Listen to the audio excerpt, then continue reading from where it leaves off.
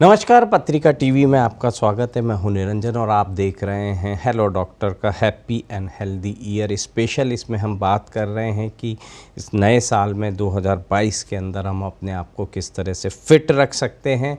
हम आज बात करेंगे होम्योपैथी को लेकर और हमारे आज के जो एक्सपर्ट हैं उनका परिचय आपको दे देते हैं। डॉक्टर कमलेंद्र त्यागी होम्योपैथी विशेषज्ञ हैं और वर्तमान में आप होम्योपैथी विश्वविद्यालय जयपुर में प्रोफेसर हैं। आपको करीब 16 वर्षों का अनुभव है। आप होम्योपैथी में एमडी और पीएचडी हैं। आपकी रिसर्च हाइपरटेंशन पर है। आपके कई रिसर्च पेपर राष्ट्रीय और अंतर्राष्ट्रीय जर्नल्स में प्रकाशित हो चुके हैं और आप होम्योपैथी यूनिवर्सिटी जयपुर के अंदर स्त्री रोग विभाग के हेड हैं, एचओडी हैं। तो डॉक्टर साहब, इस शो में आपका स्वागत है। तो होम्योपैथी को लेकर कई तरह की बातें कोविड से पहले तो रहती थी कि मरीजों को लगता था कि हमें होम्योपैथी लेनी चाहिए या नहीं लेनी चाहिए, लेकिन उस दौरान भी होम्योपैथी की दवाओं के असर को लेकर सरकार ने भी बताया कि आप इस तरह की दवाइयाँ ले सकते हैं। तो जो पोस्ट कोविड अब जो चल रहा है समय, तो उस समय जो लोग रिकवर हुए थे कोरोना से, तो उन मरीजों में किस तरह की समस्याएं देखने में आ रही हैं? मतलब कैसे मरीज ज़्यादा आ रहे हैं और यह कोविड से जुड़ी हुई ही परेशानी के मरीज आ रहे हैं या अन्य तरह की बीमारियों के मरीज भी अब आने लगे हैं? आपका बहुत अच्छा सवाल है जो लगभग एक बहुत बड़े जनमानस को रिप्रेजेंट करता है। मैं आपके माध्यम से बताना चाहूँगा कि पोस्ट कोविड कई तरह के भिन्न भिन्न प्रकार से सिम्टम लेके मरीज आ रहे हैं। कि सबसे पहला तो जो कॉमन है वो उसके अवसाद से निकल नहीं पा रहे, और वो अवसाद डर के रूप में बहुत ज़्यादा प्रोमिनेंट रहता है कि मरीज़ों को हर छोटी छोटी चीज़ का डर रहता है।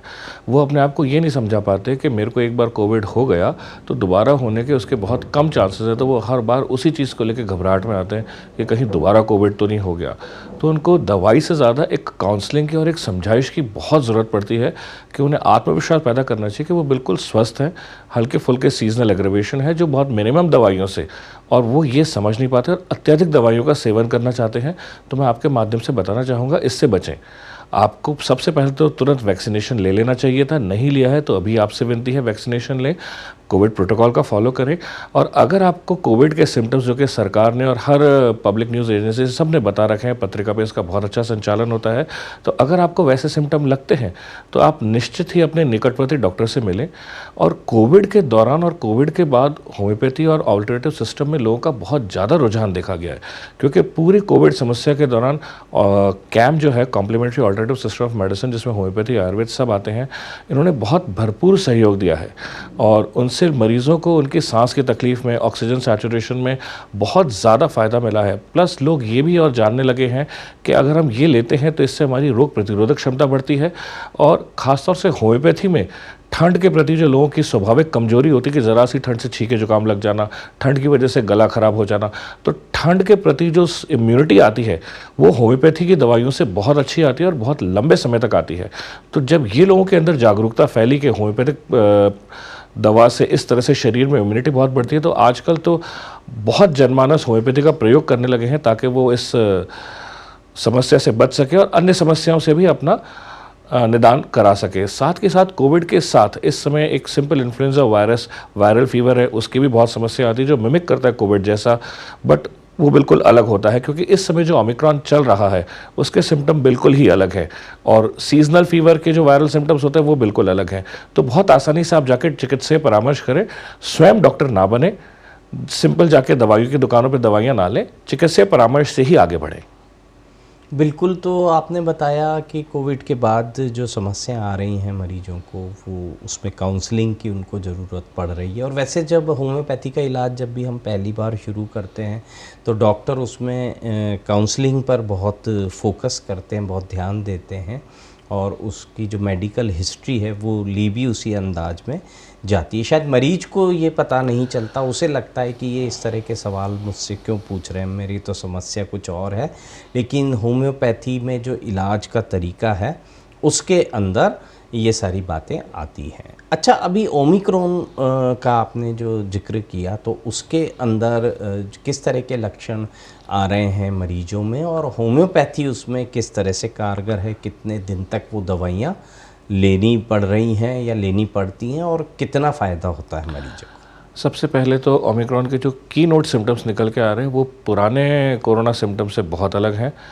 पहले तो आपको लगता था कि नाक बंद होती, टेस्ट जाती, आप घबरा जाते थे, बट इस समय बहुत ही कॉमन सिम्टम है गले में दर्द होना, ज़ुकाम लगना और एक शरीर हद से ज़्यादा टूटना, जैसे मैलाइस कहते हैं अंग्रेजी की भाषा में, देसी भाषा में हडजुर कहते हैं, शरीर का टूटना कहते हैं। इन तीनों सिम्टम को अगर आपको एक साथ मिलते हुए दिख रहे हैं तो तुरंत डॉक्टर से संपर्क करें और अगर 2-3 दिन हो गए हैं तो RT-PCR ज़रूर कराएं।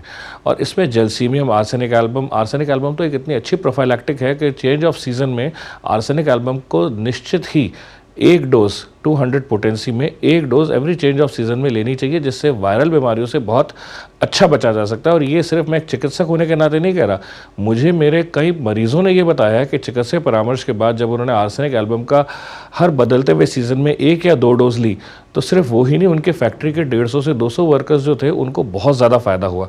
तो आर्सेनिक एल्बम एक बहुत अच्छी प्रोफाइलैक्टिक दवाई है वायरल इन्फेक्शंस के लिए, लेकिन इसकी डोज चिकित्सकीय परामर्श से लें और खुद लेना चाह रहे हैं तो सिर्फ 1 या 2 डोज लें, वो भी बदलते हुए सीज़न में। और बाकी जो आपके सिम्टम्स निकलते हैं कि ज़ुकाम है, गले में मैंने बताया सोर थ्रोट है, शरीर में दर्द है, तो इसके साथ और भी कुछ व्यक्तिगत विशेषताएं होती है कि जैसे गले में दर्द है, कॉमन सिम्टम है ओमिक्रॉन का, लेकिन ठंडा खाने से आराम आ रहा है, गर्म खाने से आराम आ रहा है, स्टीम लेने से आराम आ रहा है, लेटने से आराम आ रहा है, किस तरह से आराम है, रात को जब सो रहे हैं तब तकलीफ बढ़ रही है, ये व्यक्तिगत विशेषता सिर्फ होम्योपैथी के द्वारा ही ठीक की जा सकती है। तो उसी तरह से आपको जब भी ऐसे सिम्टम लगते हैं आप तुरंत किसी होम्योपैथिक चिकित्सक से संपर्क करें। जितना जल्दी आप संपर्क करेंगे उतना जल्दी मैं आपको विश्वास दिलाता हूँ इस ओमिक्रॉन नामक बीमारी से आपका पीछा छूट जाएगा। अच्छा, कोरोना के बाद जो है इम्यूनिटी की चिंता सबको होने लगी, लोग जागरूक भी हुए हैं, अपना ध्यान भी रख रहे हैं, तो होम्योपैथी की मदद से हम अपनी इम्यूनिटी जो है उसको कैसे बढ़ा सकते हैं और कैसे लगातार उसको मजबूत रख सकते हैं? ये एक बहुत बढ़िया सवाल है आपका। मैं आपको बताना चाहूँगा कि सबसे पहले तो मानसिक स्वस्थ तो शरीर स्वस्थ। अश्वगंधा नामक एक दवाई आती है जो लगभग हर पैथी में आती है और होम्योपैथी में भी इसका बहुत अच्छा प्रयोग होता है। इस अश्वगंधा को नियमित तौर पे लेने से आदमी मानसिक तौर पे स्फूर्ति, चुस्ती और तंदुरुस्ती महसूस करता है। मेंटल हेल्थ के लिए अश्वगंधा एक बहुत अच्छी दवाई है। उसी तरह से एविना सटाइवा एक दवाई है जो शारीरिक दुर्बलता और शारीरिक वीकनेस को बहुत अच्छे तरह से हेल्प करती है। इसके साथ अगर हम जिनसेंग देखें तो जिनसेंग हमारे ब्लड सर्कुलेशन को बहुत बढ़िया करती है। तो जिनसेंग का नियमित सेवन अगर कोई मरीज़ करेगा अश्वगंधा के साथ तो उसको शारीरिक स्फूर्ति, चुस्ती, मानसिक तंदुरुस्ती लाभ बहुत अच्छा मिलेगा। इसके साथ साथ फिर कई दवाइयाँ आती हैं जो based on family history, based on their diathesis. Diathesis एक होम्योपैथी का शब्द है, बट शरीर की कमज़ोरी किस प्रति, रोग के प्रति ज़्यादा है, तो डायथिसिस के हिसाब से, कॉन्स्टिट्यूशन के हिसाब से जब दवाइयाँ दी जाती हैं तो वो इंसान की, चाहे वो बच्चा हो 1 साल का और कोई भी उसकी उम्र हो, उसकी डायथिसिस, उसकी प्रकृति, उसके कॉन्स्टिट्यूशन के हिसाब से जब हम दवा देते हैं तो वो बहुत लंबे समय तक स्वस्थ रहते हैं और रोगों के प्रति, बदलते हुए मौसम के प्रति उनकी कमज़ोरी, बदलते हुए मौसम में छींके खांसी हो जाना, जुकाम हो जाना, इसके प्रति उनकी कमज़ोरी बहुत हद तक कम हो जाती है और वो बदलते हुए मौसम को स्वस्थ और संपूर्ण तरीके से जीते हुए निकालते हैं। बिल्कुल, तो होम्योपैथी आपकी इम्यूनिटी बढ़ाने में भी मददगार है, लेकिन जितनी भी दवाइयाँ बताई गई हैं उन्हें अपने मन से लेना शुरू ना करें। किसी होम्योपैथी विशेषज्ञ से एक बार ज़रूर बात करें और उनकी सलाह अनुसार ही इन्हें लें। हेलो डॉक्टर में अभी समय हो चला एक ब्रेक का। ब्रेक के बाद भी हमारी बातचीत जारी रहेगी। देखते रहिए पत्रिका टीवी।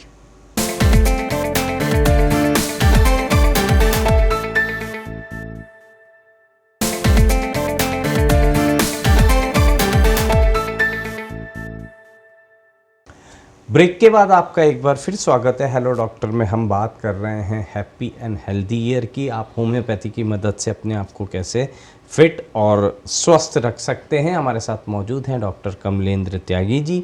आप होम्योपैथी यूनिवर्सिटी में प्रोफेसर हैं। अच्छा, बच्चों की यदि हम बात करें तो उनके लिए होम्योपैथी किस तरह से मददगार है, खासकर इम्यूनिटी बढ़ाने में, उन्हें मेंटली फिट रखने और उनकी फिजिकल ग्रोथ के लिए? इस सवाल में मैं कहना चाहूँगा कि सबसे पहले दवाइयों से पहले हम बच्चों की डाइट पर ध्यान दें, क्योंकि माँ बाप अक्सर सबसे बड़ी जो चूक करते हैं वो है कैल्शियम, आयरन। इन दो में बहुत सिंपल सब फूड सब्सटेंसेस और बहुत ज़्यादा चूक करते हैं, जिसकी वजह से अधिकतर बच्चों में व्याधियाँ आती हैं। जब बच्चे एनीमिक होते हैं तो उन्हें सीजनल बीमारियाँ बहुत ज़्यादा पकड़ती हैं, सर्दी खांसी जुकाम बुखार, जिसके लिए वो एक फिर जाके दवा लेते हैं, वो बीमारी दब जाती है, फिर वो कंटिन्यूस एक विशियस सर्कल बनता है। तो सबसे पहले हमें हर माता पिता को ये देखना चाहिए कि उनके बच्चों को खनिज तत्व अच्छे से दिए जाएं, और उसके लिए गाजर, चुकंदर, किशमिश, अंजीर, ये इतनी सारी चीज़ें बाज़ार में आती हैं जो बच्चों को देनी चाहिए। दूध में अंजीर देना चाहिए, गाजर देनी चाहिए, हर घरों में गाजर का हलवा बच्चों को खूब खिलाना चाहिए, देसी घी का। ये सारी चीज़ें जो हैं बच्चों में आयरन बढ़ाएंगी। उसी के साथ साथ दूध, दही, छाछ, कैल्शियम, कच्चा पनीर, ओट्स और ये सब चीज़ें बच्चों को खिलानी चाहिए, जिससे कैल्शियम की डेफिशिएंसी बच्चों में ना हो। इसके साथ साथ जब हम देखते हैं कि बच्चा इन सब चीज़ों को लेने के बावजूद भी अगर बीमार पड़ रहा है, तो वो किसी कमज़ोरी की वजह से है कि वो उसे ठंड सहन नहीं हो पाती, या गर्म सर्द का आंटन, जैसे कहते हैं कि गर्मी से सर्दी में चेंज ऑफ टेम्परेचर हो रहा है तो उसको तकलीफ होती है। तो इन सब व्याधियों के लिए होम्योपैथिक चिकित्सक अपनी संपूर्ण केस टेकिंग के बाद और उसकी फैमिली हिस्ट्री को देखते हुए जब दवा देगा तो बहुत हद तक सुधार होगा। इसमें मैं कुछ दवाइयाँ बताना चाहूँगा, जैसे ट्यूबरकुलिनम हुई, बैसिलिनम हुई। ये बहुत अच्छी दवाइयाँ हैं जहाँ ये देखा जाता है कि रेस्पिरेटरी और चेस्ट एलर्जी अगर होती है तो अपना बहुत अच्छा काम करती है। बट मैं फिर सावधानी पूर्वक कहना चाहूँगा, अपने आप इसका सेवन ना करें, ये सही नहीं है। किसी चिकित्सक के परामर्श की सलाह लें, और जब भी आप किसी चिकित्सक को दिखाएं तो ये उससे खुल के बात करें कि कब कितना टाइम लगेगा, कैसे ठीक होंगे, और अपनी प्रोग्रेस को खुद मॉनिटर करें। साथ ही साथ अगर आपको लगता है क्योंकि लैब इन्वेस्टिगेशंस ऑल्टर्ड आए हैं तो रेगुलर उन लैब इन्वेस्टिगेशंस को भी चेक करते रहें, क्योंकि होम्योपैथिक दवाइयों से आयरन बढ़ना बहुत अच्छी बात है। और मैं आपके माध्यम से बताना चाहूँगा कि कुछ दवाइयाँ जैसे बायोफंजिन आती है, वो आप अपने आप ले सकते हैं, और खून बढ़ाने में इस दवाई का कोई सानी नहीं है। ये दवाई बहुत ही ज़्यादा अच्छी है, बहुत ज़्यादा कारगर है, और बच्चों में, बड़ों में, सब में खून बढ़ाने के लिए बहुत कारगर सिद्ध होती है। तो ये होम्योपैथिक दवाई है, आप इसका सेवन कर सकते हैं। इससे रोग प्रतिरोधक क्षमता भी बहुत अच्छी बढ़ेगी। और अगर आपको लगता है कि आपका बच्चा बार बार बीमार होता है तो उसके लिए उसके सारे लैब रिपोर्ट्स और इन्वेस्टिगेशन के साथ होम्योपैथिक चिकित्सक से मिलें। आपको निश्चित ही होम्योपैथिक चिकित्सा लेने के बाद उसमें बहुत लाभ होगा। अच्छा, कोविड जब पीक पे था तो उस दौरान आपकी होम्योपैथी दवाओं के असर को लेकर एलोपैथी के डॉक्टर्स के साथ एक ट्रायल स्टडी भी हुई थी, तो ऐसी कोई स्टडी या ट्रायल अभी भी चल रही है? ऐसी ऑल ओवर इंडिया बहुत ट्रायल्स चल रही हैं। हमारी होम्योपैथी विश्वविद्यालय में जो स्टडी हुई थी उसके बाद और होम्योपैथिक चिकित्सकों ने इंडिविजुअल लेवल पे रिपोर्ट्स पब्लिश की थी, जिसमें बहुत उत्साहजनक रिजल्ट मिले थे। जहां कोविड पेशेंट्स को जिनका HRCT स्कोर अबव 15 तक पहुंच गया था, तो collateral with other system of medicine, collaterally homeopathy ने बहुत अच्छा सपोर्ट किया, और HRCT के बिगड़े हुए स्कोर्स को भी होम्योपैथी ठीक करने में कारगर सिद्ध हुई।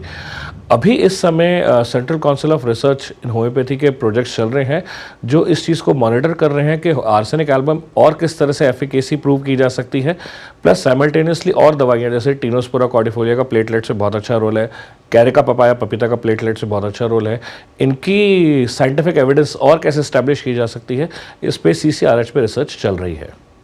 अच्छा, मौसमी बीमारियों की हम बात करें तो उसमें होम्योपैथी की जो दवाइयाँ हैं वो कब और कैसे लेनी चाहिए और कितने समय तक इन्हें लेना होता है?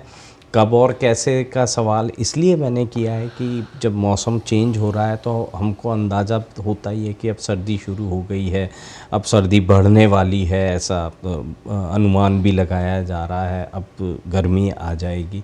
तो कुछ एडवांस में लेना शुरू करना चाहिए या मौसम बदल जाता है उसके बाद इनको शुरू करना चाहिए? मैं स्वस्थ हूँ तो क्या मुझे प्रिकॉशनरी भी ये दवाइयाँ लेनी चाहिए? आप अगर स्वस्थ हैं तो आपको प्रिकॉशनरी दिनचर्या और लाइफस्टाइल का ध्यान रखना चाहिए। जो एसेसरी मेजर्स बताए गए हैं उनका सेवन ज़्यादा करना चाहिए। स्वास्थ्य को मेंटेन करने के लिए आप एविना सटाइवा अश्वगंधा ले सकते हैं, वो उनका आपको कोई हानिकारक प्रभाव नहीं होगा। लेकिन अगर आपको हल्की फुल्की मौसमी बीमारियां भी हैं तो वो 4 से 7 दिन में बहुत हद तक ठीक हो जाएंगी। लेकिन अगर ये परिस्थिति है कि ज़रा सा मौसम पलटते या बार बार बीमार पड़ रहे हैं तो उसके लिए आपको कम से कम 4 से 6 महीने तक दवा लेनी चाहिए, जिससे आपको ये समझ में आ जाए कि 4 से 6 महीने में ऋतुओं का परिवर्तन हुआ, मौसम बदला और आपकी रोग प्रतिरोधक क्षमता बढ़ गई, आप बार बार बीमार नहीं पड़ रहे। जो परिस्थितियाँ आपको पहले बीमार कर देती थी, गर्म से सर्द में जाना, गर्म से सर्द में आना, ठंडा खा लेना, गर्म के ऊपर ठंडा खा लेना, जिनसे आपको तकलीफ़ें होती थी, चिकित्सक के परामर्श के बाद दवा लेने के बाद जब आपको पता चला कि अब आपको इनमें लाभ होना शुरू हो गया है तो आपको 4 से 6 महीने तक इसमें दवा लेनी चाहिए। अच्छा, आपने बताया कि आपकी ऐसी दवाई है जिसमें अश्वगंधा का अंश होता है और वैसे बातचीत में आप कोई ख़ास तरह के लहसुन आता है उसके बारे में भी बताते हैं। तो ऐसे कौन से देसी चीज़ें हैं जिनके बारे में होम्योपैथी विशेषज्ञ भी मरीजों को सलाह देते हैं कि आप हमारी दवाइयाँ तो ले ही रहे हैं, लेकिन इन्हें भी आप आजमाएंगे तो इनसे आपको राहत होगी? ये आपने जनमानस के स्वास्थ्य के लिए बहुत अच्छा सवाल पूछा है। अभी सर्दियों में हार्ट पेशेंट्स बहुत ज़्यादा बढ़ जाते हैं। सर्दियों का जो टाइम होता है वो कार्डियक ओपीडीज़ का पीक टाइम होता है। एक पोथी का लहसुन जो मैंने आपसे जिक्र किया था वो हार्ट के लिए अमृत है, वरदान है। ये एक तरह का ड्राई फ्रूट है, जैसे लोग काजू किशमिश के बारे में जानते हैं, वैसे ही एक पोथी का लहसुन हार्ट के लिए बहुत ज़्यादा लाभदायक है। उसी के साथ साथ अगर हम बच्चों को और बड़ों को केसर का दूध पिलाएं, ध्यान रखें केसर की मात्रा सिर्फ 1 फाँक हो, ज़्यादा ना हो। ज़्यादा तो घी भी जहर बन जाता है। तो सिंपल कम से कम मात्रा में केसर का दूध ले तो केसर से आपके फिर खून का दौरा बहुत अच्छा होगा, दिमाग में खून का दौरा रहेगा। खून का दौरा जितना अच्छा रहेगा शरीर चुस्त दुरुस्त रहेगा, दिमाग तंदुरुस्त रहेगा। केसर के साथ साथ फिर अगर आप बादाम का तेल, जो कि अगर आपको शुद्ध कहीं से मिल जाए तो उसको भी दूध में डाल के सेवन करें। बादाम विटामिन ई से लेके और कई एसेंशियल न्यूट्रिएंट्स का सोर्स है, जो सर्दियों में जो त्वचा रूखी पड़ जाती है उससे बहुत अच्छा बचाव करता है। आप उसको लगा भी सकते हैं और दूध में डाल के पी भी सकते हैं। उसी के साथ अंजीर एक बहुत अच्छा ड्राई फ्रूट है जो दूध में डाल के पीने से ब्लड में इम्यूनिटी, ब्लड में रोग प्रतिरोधक क्षमता पैदा करता है, खून गर्म रहता है, तो ठंड के प्रति बचाव बहुत अच्छा होता है। उसी तरह से जिन बच्चों को बार बार सर्दी खांसी जुकाम होता है वो रात को सोते समय काली मिर्च सेक कर दूध में उबाल कर पिएं तो उनके शरीर में अच्छी गर्मी और स्फूर्ति रहती है और उससे उनका खांसी बलगम के प्रति काफ़ी रोग प्रतिरोधक क्षमता डेवलप होती है। लेकिन भगवान के लिए ये ना करें कि इस तरह की गर्म चीज़ें खा के आप फिर ठंड में चले जाएं, उससे उसके दुष्प्रभाव देखने को मिलेंगे। अच्छा, जब हम होम्योपैथी चिकित्सक के पास जाते हैं तो वो हमसे कुछ सवाल पूछते हैं कि आपको बचपन में ऐसा हुआ था क्या, आपको ये इस तरह का बुखार आया था क्या, क्या ये आपको बीमारी हुई थी क्या? तो अब ये तो आप हमसे 20-25 साल पुरानी बात पूछ रहे हैं और मेरे को जो आज समस्या हो रही है वो उससे कैसे जुड़ती है? शेक्सपियर की कहावत थी, child is the father of man and I wish my days to be. तो हमारी कई बीमारियों की जो आज हम 30-40 साल की उम्र में देख रहे हैं उनकी जड़ बचपन में ही पड़ जाती है। और एनामनेसिस एक होम्योपैथी का टर्म है। एनामनेसिस वो टर्म है जो मेडिकल हिस्ट्री शुरू से लेता है। जिन बच्चों को आप देखेंगे कि उनके सर का जो तलवा होता है वो लेट चिपकता है, पसीना ज़्यादा आता है, लेट चलते फिरते हैं, लेट बोलते हैं, बहुत जल्दी उन्हें हाइपोथायराइड हो जाता है कम उम्र में लड़कियों को या लड़कों को, और फिर आगे जाके उनको और बीमारियां होती है, गोरे चिट्टे होते हैं। तो ये एक विशेष दवाई है, कैलकेरिया काब के लक्षण हैं। तो हमारे यहाँ जो दवाइयों के लक्षण हैं वो बचपन से लेकर हर उम्र तक डिपेंड करते हैं। तो केस टेकिंग में अगर हमें वो चीज़ें मिलती हैं तो हमें कंफर्म करने के लिए उनको ज़रूर पूछना पड़ता है। बट ये हकीकत है कि जैसा हमारा बचपन बीता है, गांव में कहावत होती है पूत के पाँव पालने में दिखते हैं। तो बचपन में जिन चीज़ों का असर हमारे ऊपर बड़ा गहरा होता है वहीं से हमारे शरीर के प्रति, रोगों के प्रति जो संलग्नता होती है, रोगों के प्रति जो हमारी कमज़ोरी डेवलप होती है वो हमारे बचपन में ही अधिकतर देखा गया डेवलप होती है। या फिर हमारी कुछ विशेष क्रियाओं से होती है कि जैसे हमने अपना पसीना दबा लिया बहुत ज़्यादा परफ्यूम्स वगैरह लगा के, या हमने कोई ऐसी चीज़ें यूज़ की जिससे हमारे शरीर का जो लॉजिकल, नेचुरल, फिजियोलॉजिकल स्राव था, बाहर निकल जाना चाहिए था, वो नहीं निकला। तो दिनचर्या में भी हम ऐसी कई बार चीज़ें कर जाते हैं जिससे बीमारी को हम खुद स्वयं न्योता देते हैं। तो वो सिर्फ एक होम्योपैथिक चिकित्सक ही समझता है, मरीज़ को वो चीज़ समझ में नहीं आती। इसीलिए मैं आपके माध्यम से अनुरोध करना चाहूँगा कि वो जो भी सवाल पूछ रहे हैं वो आपके रोग के बारे में जानने के लिए पूछ रहे हैं, उस रोगी की विशेषता को पकड़ने के लिए पूछ रहे हैं। बिल्कुल, और उसी के बाद ही जो है वो दवाइयाँ तय की जाती हैं। हेलो डॉक्टर में अभी समय हो चला एक ब्रेक का। ब्रेक के बाद भी हमारी बातचीत जारी रहेगी। देखते रहिए पत्रिका टीवी।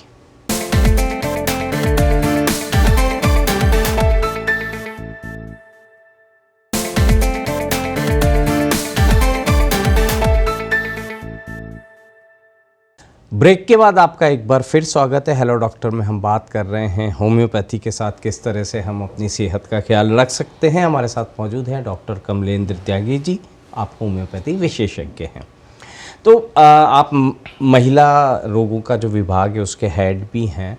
तो महिलाओं और गर्ल्स के लिए होम्योपैथी किस तरह से कारगर है, और आजकल पीसीओडी वगैरह जो है ये तो बहुत लड़कियों में सुनने में आ रही है, तो होम्योपैथी किस तरह से उनके लिए हेल्पफुल हो सकती है। हड्डियों की समस्याएं जो ओल्ड एज में जाकर होती है, कुछ यूट्रस की समस्याएं हैं, तो इन सब के लिए कुछ आप सलाह दे सकते हैं। आपका बहुत अच्छा सवाल है। मैं माताओं और बहनों से निवेदन करना चाहूँगा कि एक छोटी सी लड़की से लेके जिस महिला को माहवारी आ रही है, माहवारी जा रही है, उस समय तक जो भी समस्याएं होती है होम्योपैथी सब में बहुत कारगर है।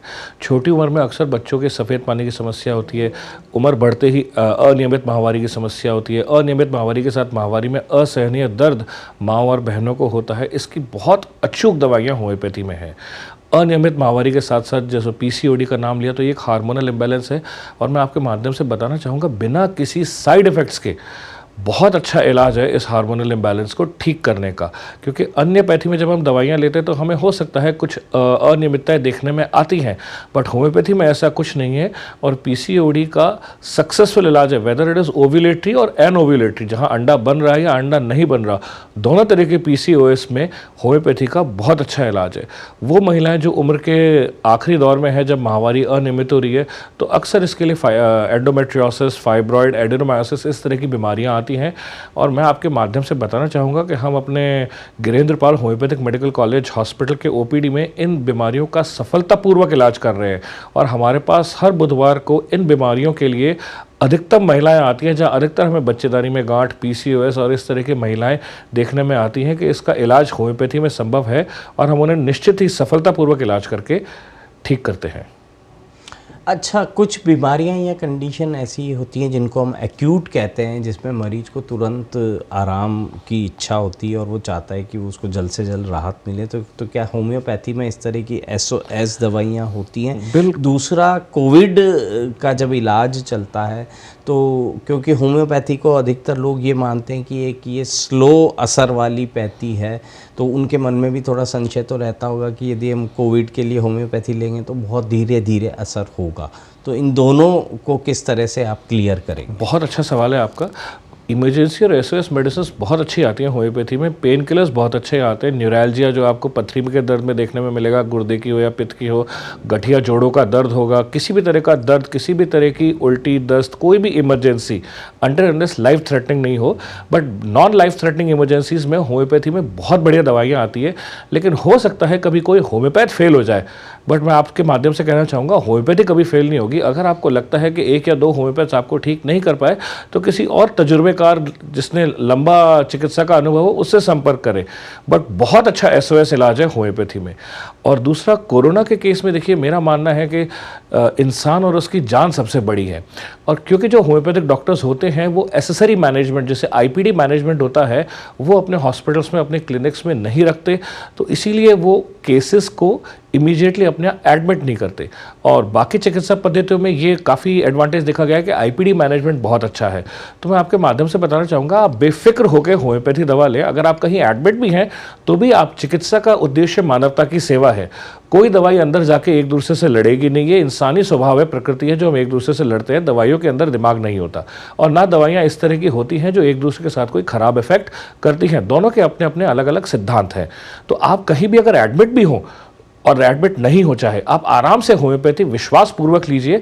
आपको होम्योपैथिक चिकित्सा से बहुत लाभ होगा, और लाभ के साथ साथ जो दुष्प्रभाव होते हैं दूसरी प्रभावियों से, दवाइयों से, उनसे आप बचे रहेंगे। अच्छा, तो आपने कहा कि ये जो दवाइयाँ हैं ये आपस में लड़ती नहीं हैं, तो इसका मतलब हम यदि एलोपैथी या आयुर्वेद की दवाइयाँ ले रहे हैं तो उसके साथ में हम होम्योपैथी की दवा भी ले सकते हैं, लेकिन फिर ये कैसे पता चलेगा कि ये जो फ़ायदा हो रहा है ये मुझे होम्योपैथी से हो रहा है? मैंने आपसे पहले ही कहा, चिकित्सा का उद्देश्य मानवता की सेवा है, तो हम इस रेस में कभी नहीं पड़ेंगे। हमारा उद्देश्य है मरीज़ ठीक हो। लेकिन जब वो मरीज़ हमारे पास आया है और वो ऑलरेडी 2 दवाइयों का सेवन पहले कर रहा है, और उसकी कुछ समस्याएं लगातार निरंतर बनी हुई हैं, और होम्योपैथी परामर्श के बाद, चिकित्सकीय परामर्श के बाद वो दवाइयाँ ठीक हुई हैं, तो ये सहजता से हम स्वीकार कर सकते हैं कि जो चीज़ें ठीक नहीं हो पा रही थी उनको होम्योपैथिक इंटरवेंशन से बहुत लाभ मिला। तो मैं आपके माध्यम से यही कहना चाहूँगा कि संपूर्णता होम्योपैथी में भी नहीं है और किसी भी पद्धति में नहीं है, लेकिन हाँ, काफ़ी चीज़ें होम्योपैथी से बहुत अच्छी ठीक हो सकती हैं। और आप जो इलाज ले रहे हैं उसको लेते रहें, उसको बिल्कुल ना छोड़ें, और उसके साथ साथ होम्योपैथी को अवश्य मौका दें। होम्योपैथिक विशेषज्ञ आपकी समस्याओं को बहुत अच्छे से निदान करेंगे और जड़ से निदान करेंगे। बिल्कुल। और दवाइयों के साथ जो हमारा दवाइयों या उस पैथी के प्रति जो विश्वास या आस्था होती है उसकी भी बहुत बड़ी भूमिका होती है हमें स्वस्थ करने में। अच्छा, होम्योपैथी के मदद से हम सामान्य फिटनेस और हेल्दी रहने के लिए यदि सोचें, तो क्या क्या हमारे पास विकल्प हैं, क्योंकि अन्य जो पैथियाँ उनके अंदर आजकल vitamins, multivitamins, protein, calcium, energy वाले सप्लीमेंट्स ये सब उपलब्ध होते हैं। तो होम्योपैथी में भी ये हैं, और क्या डॉक्टर ही इन्हें लेने के लिए कहता है या हमें ये ओवर द काउंटर भी मिल जाते हैं? बहुत अच्छा सवाल है। ओवर द काउंटर मल्टीविटामिन जैसे विटामिन डी की आजकल बहुत डिमांड है, विटामिन सी से संबंधित चीज़ें हैं, और मल्टी न्यूट्रिशनल जो चीज़ें दी जाती है बच्चों में भूख बढ़ाने के लिए, ओवर द काउंटर इस तरह के सारे प्रोडक्ट्स होम्योपैथी में आते हैं और इनको मिलते हैं और इनका सेवन कर लेना चाहिए। बट कितना सेवन करना चाहिए, किस हद तक सेवन करना चाहिए, ये आप स्वयं फैसला ना लेके एक होम्योपैथिक चिकित्सक पे छोड़ दें कि वो इनका फैसला करे और वो आपको दिशा निर्देश दे कि इस तरह से इनका सेवन करना चाहिए। अच्छा, जब हम होम्योपैथी में इलाज लेते हैं तो कौन कौन से ऐसे सामान्य परहेज हैं, सावधानी हैं, खान पान है और व्यायाम है कि उनके बारे में हमें ध्यान रखना चाहिए? और जब हमारा होम्योपैथी का इलाज चलता है तो क्या फॉलोअप के लिए भी जाना ज़रूरी होता है? फॉलोअप से मतलब है कि भाई आपने 3 दिन या 5 दिन की दवाई दी और मैं वाकई में पूरी तरह से आराम फील कर रहा हूँ, महसूस कर रहा हूँ, तो क्या ज़रूरी है मुझे डॉक्टर को दोबारा बताना कि अब मैं ठीक हो गया हूँ? अगर आप पूर्णतः स्वस्थ महसूस कर रहे हैं तो कोई ज़रूरी नहीं है, लेकिन अगर आपको लगता है कि कुछ अर्श रह गया है, कुछ तकलीफ़ें अभी भी रह गई हैं, तो फॉलोअप के लिए मिल ले। और कभी कभी अगर आपकी क्रॉनिक बीमारी है और आपने क्रॉनिक बीमारी में अक्यूटनेस के लिए दिखाया, अक्यूट सिम्टम्स के लिए दिखाया है, तो फिर आप ज़रूर मिलें। इसीलिए मिले क्योंकि जो क्रॉनिक बीमारी के बीच में अक्यूट एक्सर्बेशंस होते हैं उनको रोकने के लिए कुछ लंबे समय तक फॉलोअप लेना पड़ता है, जिससे फिर वो बीमारी हमेशा के लिए दूर हो जाती है। और बच्चों में भी इस तरह की कई चीज़ें आती हैं, तो फॉलोअप एक बहुत इंपॉर्टेंट चीज़ है। जब तक आपका डॉक्टर आपसे रिक्वेस्ट कर रहा है आप उसको कंटिन्यू रखें। और खान पान परहेज इसके बारे में? खान पान और परहेज होम्योपैथी में अगर आपको जैसे कई बार टॉन्सिल्स में देखा गया खट्टे से अमूमन महिलाओं को और बच्चों को नुकसान होता है तो वो खट्टा अवॉइड करें। उसी तरह से टॉन्सिल्स में भी ये देखा गया ठंडा खाने से तकलीफ बढ़ती है, तो जब तक दवाई चल रही है तब तक उसको अवॉइड करें। जब आप लगातार 2-4 महीने दवा ले लेते हैं और आपके उसके प्रति रोग प्रतिरोधक क्षमता बढ़ जाती है तो धीरे धीरे आप उसका सेवन चालू कर सकते हैं, बट अत्यधिक सेवन ना करें। सीलिएक डिजीज एक बीमारी है जहाँ पर बच्चे आटा नहीं खा पाते, ग्लूटेन फ्री डाइट लेते हैं, तो जब हम दवा देना शुरू करते हैं तो 4 से 6 महीने के अंदर हम खुद ही उस पेशेंट को प्रमोट करते हैं कि आप खाइए। जोड़ों के दर्द में कई चीज़ें जो नुकसान करती हैं, मौसम के प्रति हम कहते हैं कि आप बहुत ज़्यादा ठंड में नहीं जाइए, तो अगर जब लंबे समय तक आप डॉक्टर से दवा ले लेते हैं तो फिर हम आपको प्रोत्साहित करते हैं कि आप उन चीज़ों को मिनिमम तौर पे शुरू करें जिनसे आपको पहले तकलीफ होती थी। तो परहेज सिर्फ यही है, जो शरीर को व्याधि पहुंचा रहा है उसे कुछ समय तक अवॉइड करें, फिर धीरे धीरे उसका सेवन चालू कर दें। बिल्कुल। तो जिन चीज़ों से आपको समस्या हो रही है और डॉक्टरों ने उन्हें आपके लक्षणों से जोड़कर देख लिया है, तो उन चीज़ों से आपको बचना चाहिए। दवाइयाँ उसी तरह से लेनी चाहिए जिस तरह से आपको लेने के बारे में डॉक्टर ने बताया है, और परहेज जो बताए गए हैं उनको भी आपको मानना चाहिए। डॉक्टर कमलेंद्र त्यागी जी को हम धन्यवाद कहेंगे कि उन्होंने फिटनेस और इम्यूनिटी और एक जनरल वेलबींग को लेकर इतनी उपयोगी बातें हमारे दर्शकों को बताई। हेलो डॉक्टर में आज के लिए बस इतना ही। कल फिर मिलेंगे। देखते रहिए पत्रिका टीवी और रखिए अपनी सेहत का ख्याल। नमस्कार।